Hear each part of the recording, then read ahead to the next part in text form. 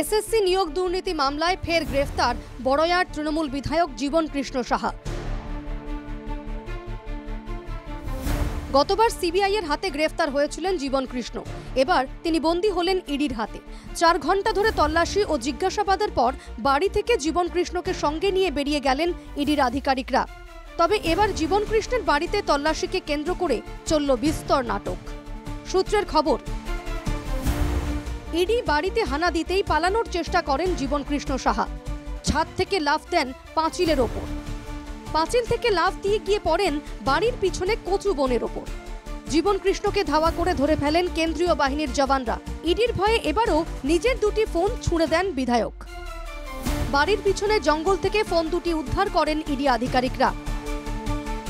সেই mobile phone দুটি কিন্তু তিনি ফেলে দেওয়ার চেষ্টা করেন, যদিও হাতে নাতে ধরার পর সেই জঙ্গল থেকে তাকে ফোন দুটি উদ্ধার করে নিয়ে আসে এবং তাকে জিজ্ঞাসাবাদ করা হয় এবং সেই ফোন থেকে কিন্তু একাধিক নথি পাওয়া গিয়েছে এমনটাই জানতে পারা গিয়েছে এবং তারপর দীর্ঘ 4 থেকে 4.5 ঘন্টা জিজ্ঞাসাবাদের পর তাকে ইতিমধ্যে গ্রেফতার করা হয়েছে। সূত্রের খবর, প্রথম থেকেই জিজ্ঞাসাবাদে অসহযোগিতা করেছেন জীবন কৃষ্ণ।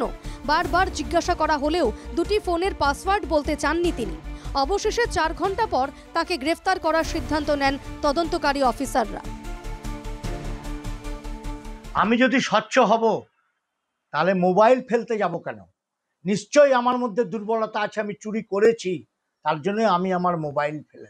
এবারে মনে হয় মোবাইল ছোঁড়ার তেমন জোর ছিল না, তাই ইডির হাতে সরাসরি এই মোবাইল পুকুর পাড় থেকেই হস্তগত হলো। বছর 2 আগে এসএলএসটির নিয়োগ দুর্নীতি মামলায় জীবন কৃষ্ণকে গ্রেফতার করেছিল সিবিআই। সেবারও ফোন পুকুরে ছুঁড়ে দিয়েছিলেন তিনি। 2 দিন ধরে পুকুরের জল পাম্প দিয়ে বের করে সেই ফোন উদ্ধার করে সিবিআই।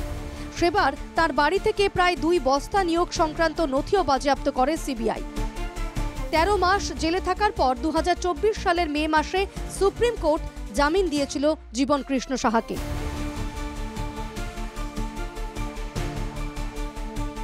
মুর্শিদাবাদ থেকে বিনয় রায়ের রিপোর্ট, এনকেটিভি বাংলা।